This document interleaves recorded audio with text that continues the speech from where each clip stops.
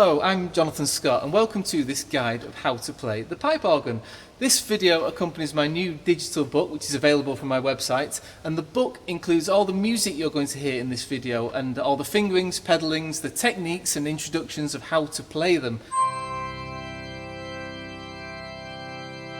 In this video, of course, I'm going to play those pieces, and it's music I've chosen which will be useful to you whether you're playing for a church service or for your own enjoyment. I've chosen good, tuneful music which is useful.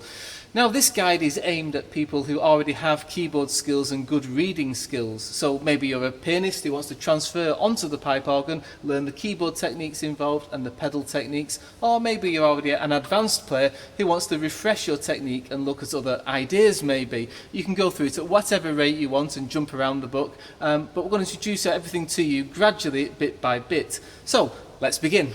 All organs are different, but whichever organ you are learning on, there are certain similarities. Organs have more than one keyboard, which are called manuals, similar to the keys on a piano. They also have a large keyboard on the floor, known as the pedals or pedal board, which are played by the feet. Unlike a piano, the volume and sound can't be altered by how hard you strike a key. If I play a key, if I play it harder or lighter, it doesn't change at all. Sound is created by air blown through pipes, which are controlled by stops. When a stop is drawn, air is allowed into that rank of pipes when the relevant key is depressed. Each of the manuals and the pedals has its own set of stops. Instead of traditional draw stops, an instrument might have tabs. You may be using an electronic instrument which uses artificial sounds rather than pipes, but all the ideas remain the same.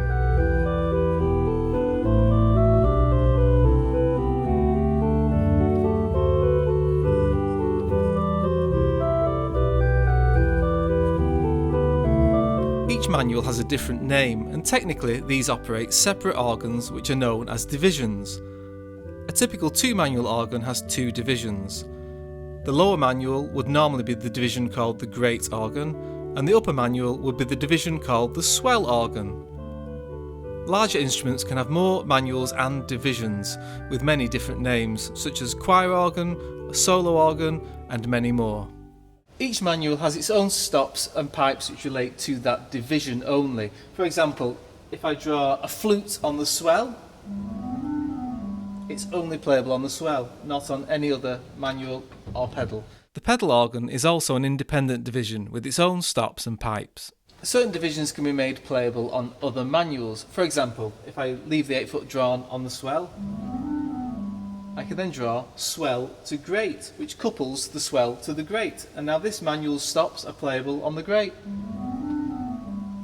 This also works for the manuals being coupled from manuals to pedals. For example, swell to pedal couples straight through to the pedal. The stops of the organ all have different timbres, pitches and sounds, but they're basically grouped into two types: reeds and flues. The flues are a typical organ sound. The reeds are more imitative, like trumpets. And they're at different pitches determined by the length of the pipe, and they're measured in feet. So an 8-foot flute, which means the bottom C is 8 foot in length, the pipe, plays at the same pitch as a piano. A 16-foot, therefore, is twice as long and plays an octave lower. A 4-foot is half the length and therefore plays an octave higher. 2-foot again is half length again, which makes it an octave higher than that. And when we're combining sounds together, it's always good to start with an 8-foot basis, the same as the pitch of a piano, and add upwards first of all, 4-foot, then 2-foot. The combinations of stops we use are known as registrations and are indicated in organ music like this. To provide expression and dynamic control, the pipes of some divisions can be enclosed in a large box with shutters on the front. These are opened and closed by a foot pedal at the console to adjust the volume. This is known as an enclosed division. You should always begin by paying attention to seating and posture before playing a note. First of all, ensure that the bench is straight and parallel with the keyboards. When getting on the bench, avoid standing on the pedals, as this can cause damage. You can either slide onto the bench sideways or swing your legs over the bench, taking care not to bang your feet on the bench or the actual instrument. You should sit in the middle of the organ bench with approximately middle E and F in front of you. You may need to move the bench backwards or forwards to find a distance which allows you to play all manuals and pedals and sit comfortably. You may also need to adjust the height of the bench so that your feet hang slightly and are positioned in front of the sharps and flats of the pedal board. If the height of the bench is not adjustable, it can be raised with some wooden blocks or, in an emergency, some sturdy books. You should sit relaxed but straight, as if you have a string holding you up from the top of your head. When you're not using the pedals, to help keep your balance, you can rest your feet on the swell pedal or on the crossbar of the bench. You should have a dedicated pair of shoes for playing the organ. Don't use outdoor shoes, you could dirty the pedal board and get grit on them. And don't play without shoes because you could damage your feet and pull your tendons. You might even get a splintering off the pedals. I use a pair of shoes like this. They're leather shoes, they have a thin sole. They're very, very flexible because I've worn them in. They don't have any edge on them. You can take that off if you want. They're leather on top as well. Very supple. Lace-ups which fit to your foot very well. And a heel which allows you to play the heel notes on the pedals much easier. Obviously, as I've said, the leather sole helps you slide across the pedals and feel the pedals. That's why it's thin. Also, the heel, you can have a rubber heel. I prefer a leather heel. And this will help your organ playing and accuracy all the time. Organ music is generally written on 3 lines or staves. The top 2 lines are for the hands and are written just like piano music. The bottom line is for the feet. This is always written in bass clef and corresponds to the lowest 2.5 octaves of the manuals. Fingering is written in the same way as for the piano. Always start by practicing at a slow tempo. It's important to practice carefully and correctly to form good habits so that the movements become intuitive whilst remaining as relaxed as possible. It's a good idea to use a metronome to maintain a steady tempo. You can gradually increase the speed as you become more confident. The first piece we'll begin with is the Prince of Denmark's March by Henry Purcell. A short, simplified version of it for you at first, and we're going to begin by learning each part separately. First the hands, then the feet, and then we'll put it all together. So, let's begin. It's important when practicing to use simple and clear sounds. To begin with, we can use a simple 8-foot principal or diapason on the grate. Let's start by playing the right hand.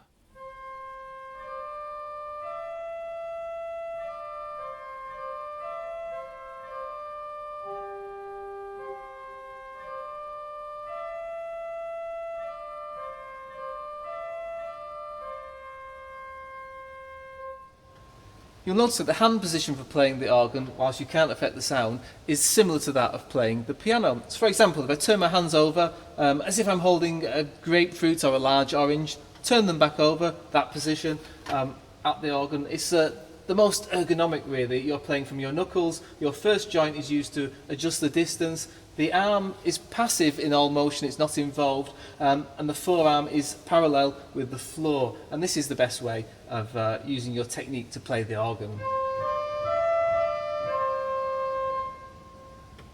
We begin by playing legato. This means that there's no space between notes, but the notes also don't overlap. So, if you're at the organ for the first time, just try the first line of this piece, but try it maybe put in a gap.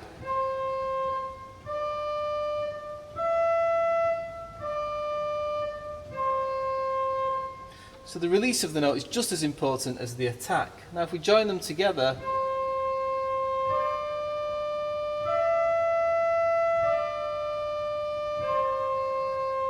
there's no space. If you overlap them,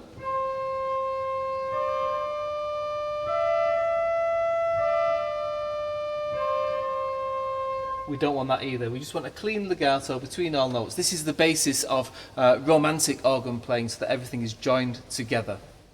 It's also important to note that when you're playing legato, don't release any more than you need to on the key. So keep your fingers in contact with the key at all times.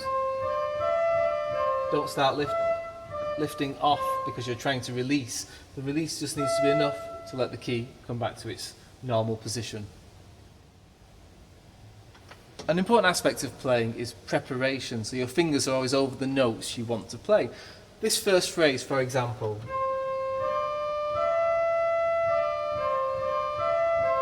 is all in one hand position. Now, the next note is a G, which is played by the thumb. So while we're still holding that note, the G needs to be prepared by the thumb, and the second finger then needs to move to its next note. So you're always preparing and looking ahead at what you're going to be doing, even at very slow tempos. And this will stand you in good stead for when you play faster music where the same technique applies. The same technique applies for scales, really. So, it's hand positions. The hand position. 2 hand positions in a C major scale. The first 3 notes, we then need to prepare the thumb under, move the whole hand position. Once again. So you're constantly moving between hand positions.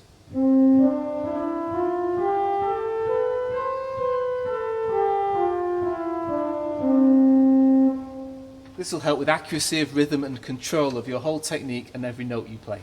The same applies to scales in the left hand.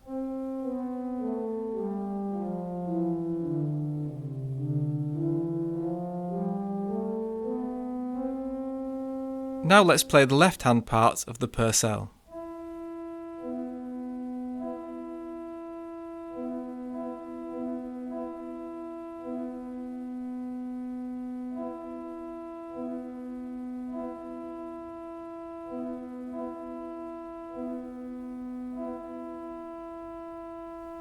Now let's try both hands together, taking great care that both hands sound at exactly the same time and are completely legato.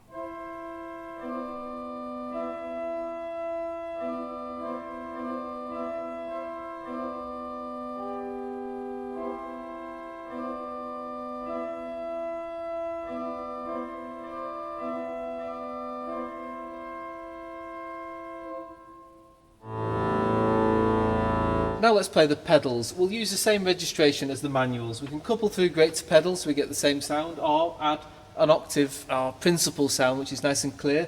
And when you're playing the pedals, try not to look at your feet. Keep a good posture, and if you need to hold on to something, you can hold the bench, or alternatively the key cheeks at the end to play.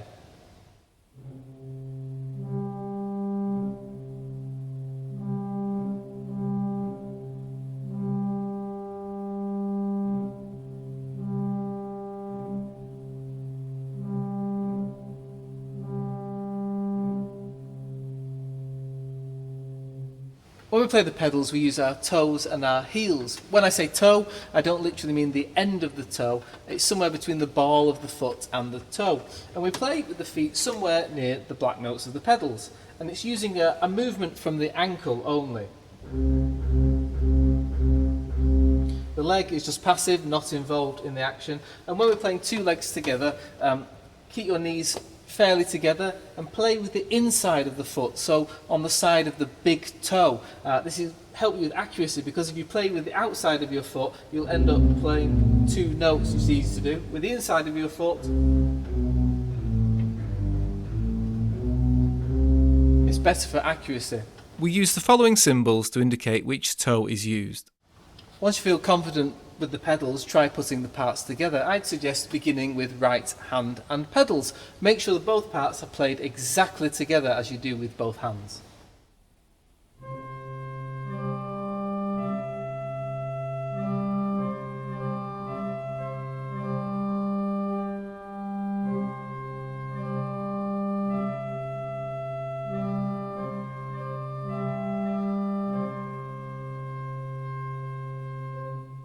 Now left hand and pedal.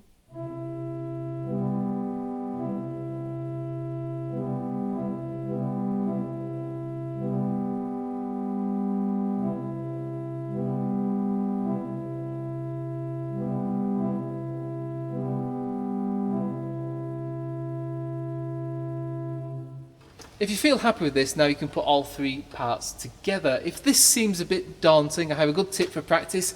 Try practicing backwards, and by this I mean start with the last bar, then the penultimate bar, and then the bar before. So for example, if I start by playing the last bar, then add the bar before that, then the bar before that,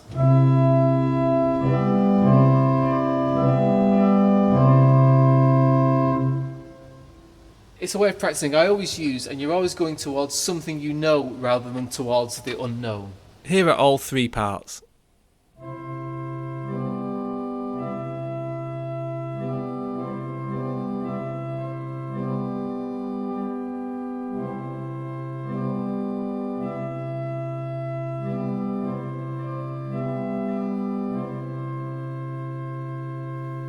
Once you've mastered this, we can add another part to the left hand. First of all, play this on its own, ensuring both fingers play together.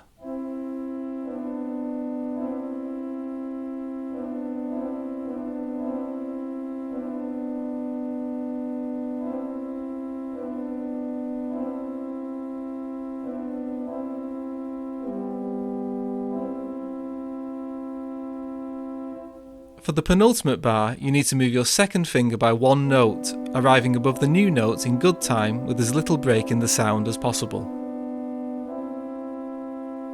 Let's try that again with the right hand and pedals. If this is too much all at once, go back to introducing the parts separately.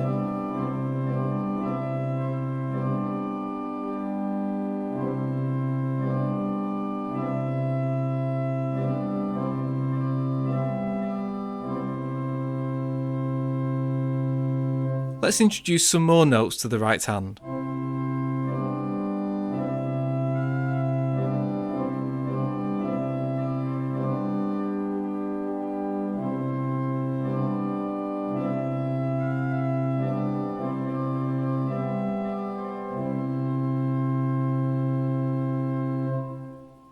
Here we introduce changing fingers on the same note, a common technique in organ playing. Try practicing this exercise.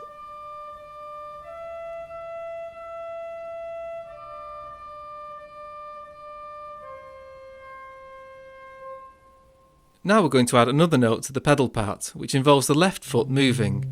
Preparation is important, and the foot should always be in place over the notes before playing. Let's include that in the pedal part.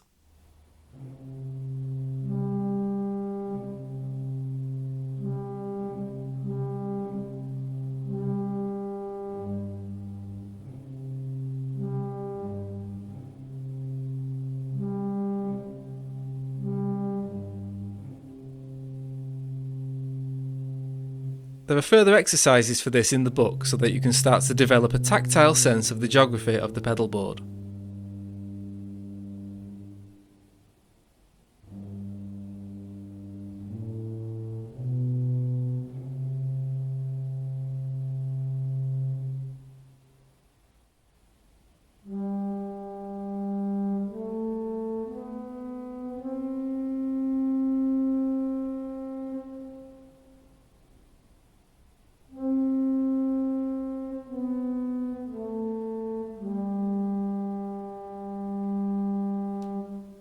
Let's add all of this together with some grander sounds. On the great, draw diapasons at 8 and 4 foot pitch. On the swell, draw diapasons at 8, 4 and 2 foot pitch, as well as mixture and possibly oboe. On the pedal, draw diapasons at 16 and 8 foot pitch, as well as coupling together manuals and pedals with swell to great, swell to pedal and great to pedal.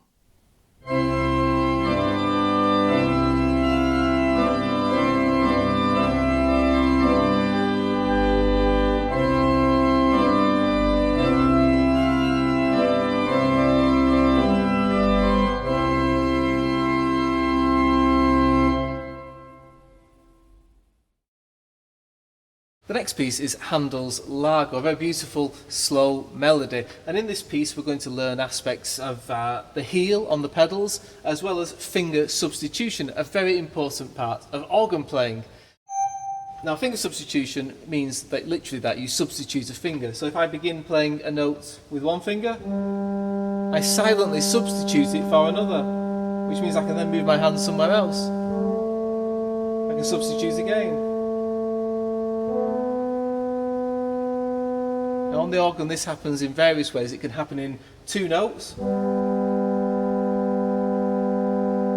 which it will do in this piece, and even chords. So you can always be moving around your hand somewhere else. A very important aspect of organ playing. Let's start by playing the right hand.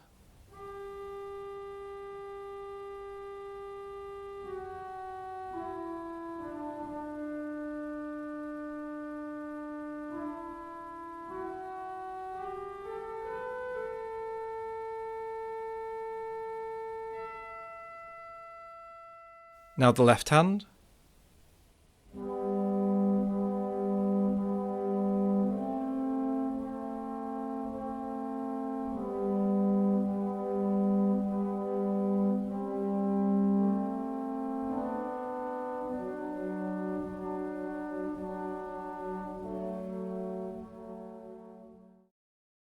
Now let's try both hands together.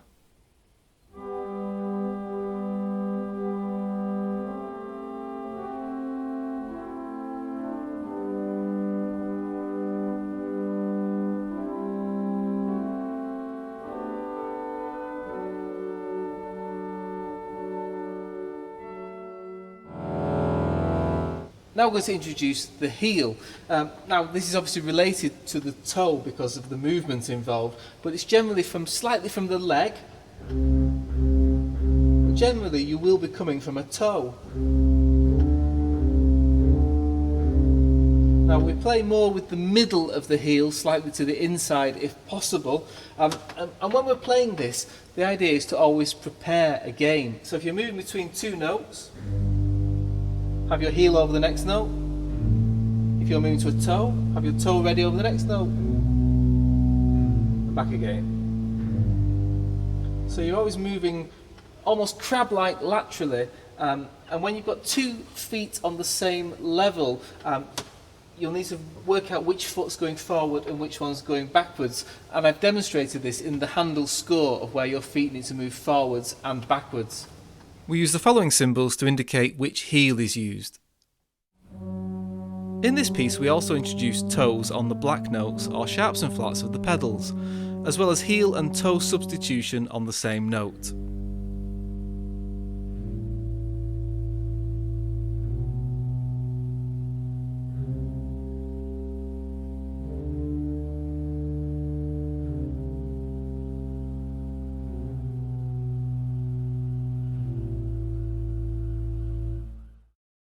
Now play the pedal part.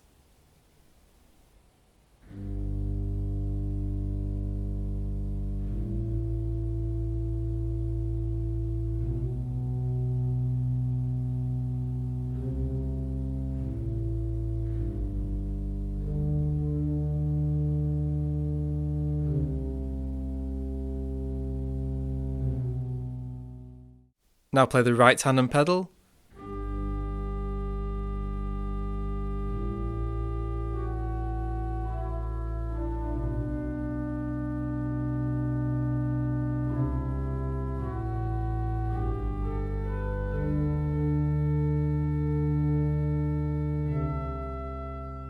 Next, play the left hand and pedal.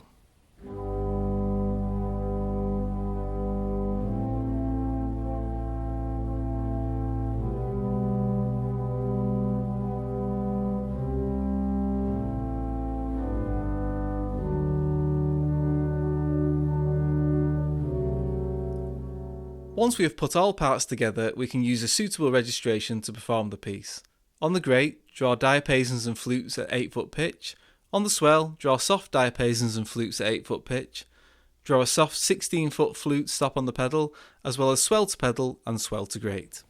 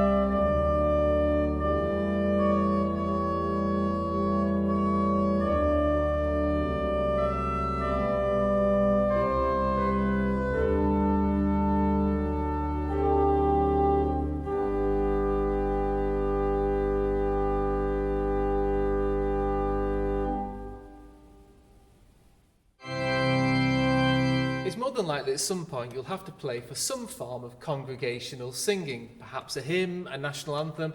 It might not apply to you, but it's a useful skill to have. And I've chosen one hymn tune in the book, which I'm going to demonstrate now.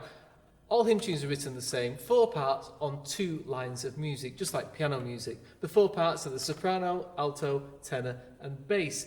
On the piano, it would sound something like this.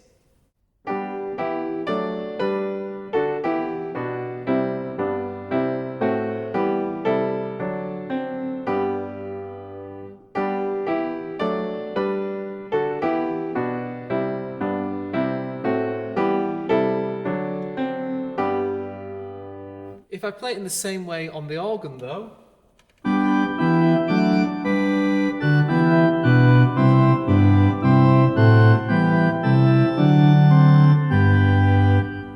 a little disjointed, but we need to make it very legato to support the singing of the congregation. Lots of finger substitution. So for example,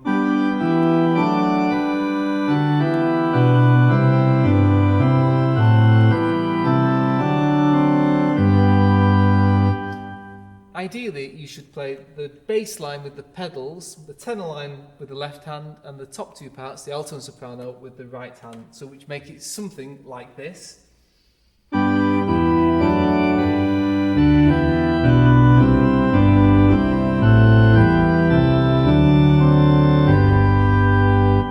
Much better already.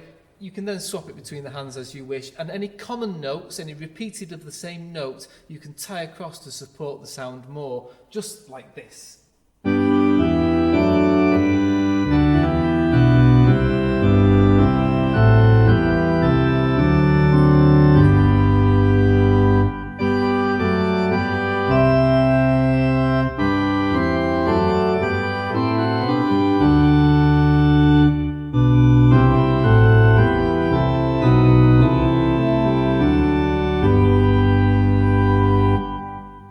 Of course, this demonstrates perfectly how the pedals work, because unlike the hands, which each one is an independent part, the pedals interact with each other. So in this bass line, if I take just the right foot,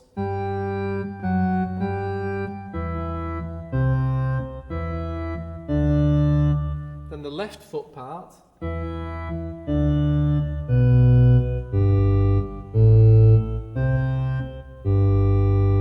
it's useful to mirror and shadow each part as you go. So for example, now I've done those 2 parts separately, if I put them back together, prepare each foot in between each note. So I play the first note, right foot prepares, left foot's already prepared, right foot prepares. So if you watch the whole thing in action, you'll see each foot is always shadowing where it's meant to be well in advance.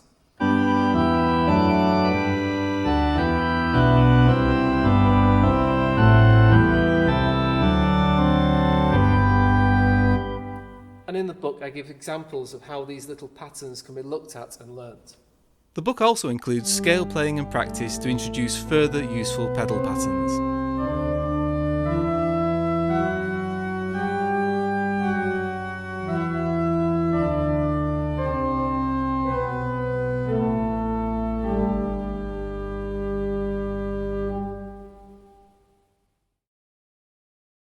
The next piece is Handel's Sarabande. Now in this piece we introduce the aspect of rests, of gaps in the sound on the manuals, a little more articulation, and in the pedal part it's the aspect of moving your body and pivoting, because when you're playing you don't move up and down the bench to get to the right pedals, you stay in the same spot and pivot on the spot. But to do this you need to use your feet, and I've covered aspects of that in this piece, of which pedal notes you will need to pivot on to get your body into the right positions. This is a very subtle movement which allows the legs to move from the waist to reposition the feet comfortably without affecting the upper body and arms.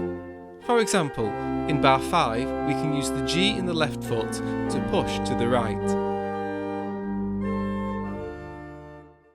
The exercises to introduce the pedal intervals and scales in this piece are all contained in the book. For example, exercises for scale patterns,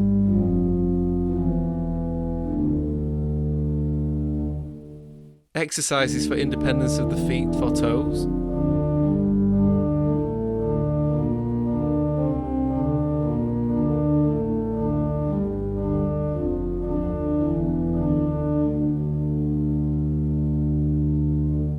independence of the feet for toes and heels,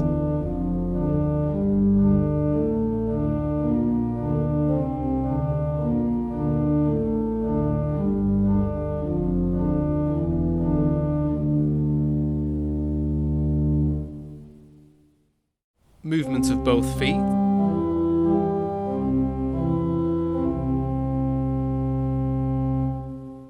as well as scale patterns in the lower part of the pedal board,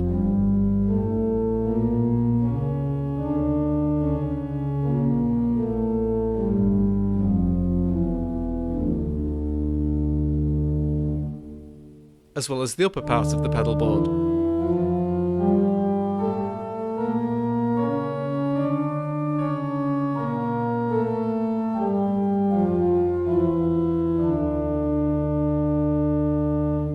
After practicing all the parts separately in the same way as before, we can bring them all together using great diapasons and flutes at 8 and 4 foot pitch, swell flues at 8 foot pitch, pedal flute 16 and 8, swell and great to pedal and swell to great.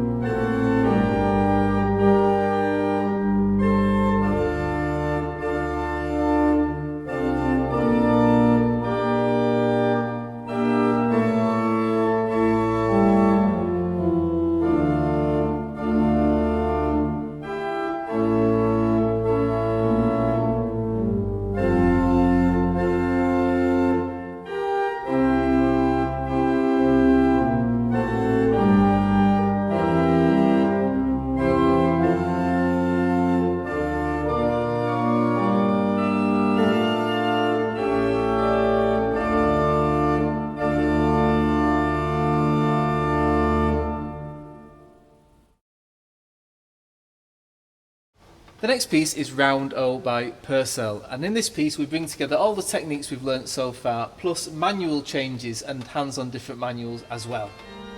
When changing manuals, preparation is once again the most important aspect, so that you arrive over the next notes in good time. To play this piece we can use the following registration: great diapasons at 8, 4 and 2 foot pitch with mixture and trumpet, swell diapasons at 8, 4 and 2 foot pitch plus mixture and trumpet, pedal diapasons and flutes at 16 and 8 foot pitch, swell and great to pedal and swell to great.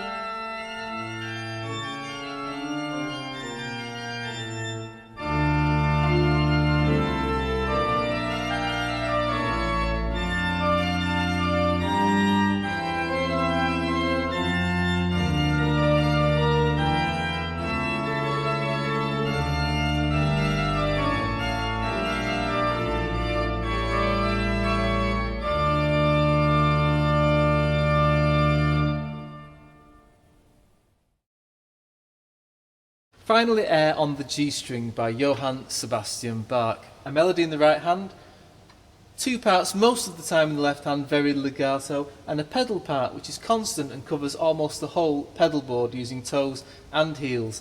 Lots of pivoting involved, of moving around the pedal board, and a very legato line with the right hand. Again, the score includes all fingerings and pedallings, as well as essential pivot points.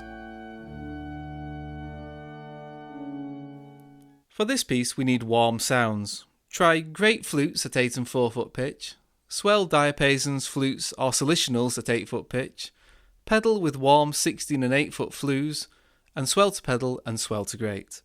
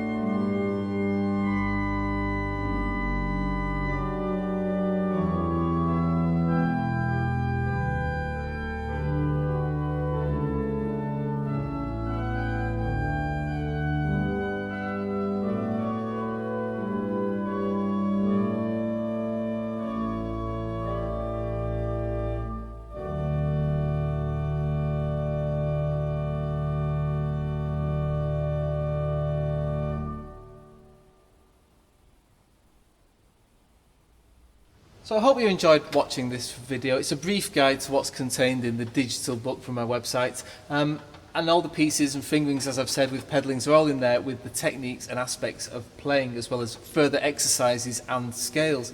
So I hope you enjoyed watching this and you've learnt something today, and thank you very much.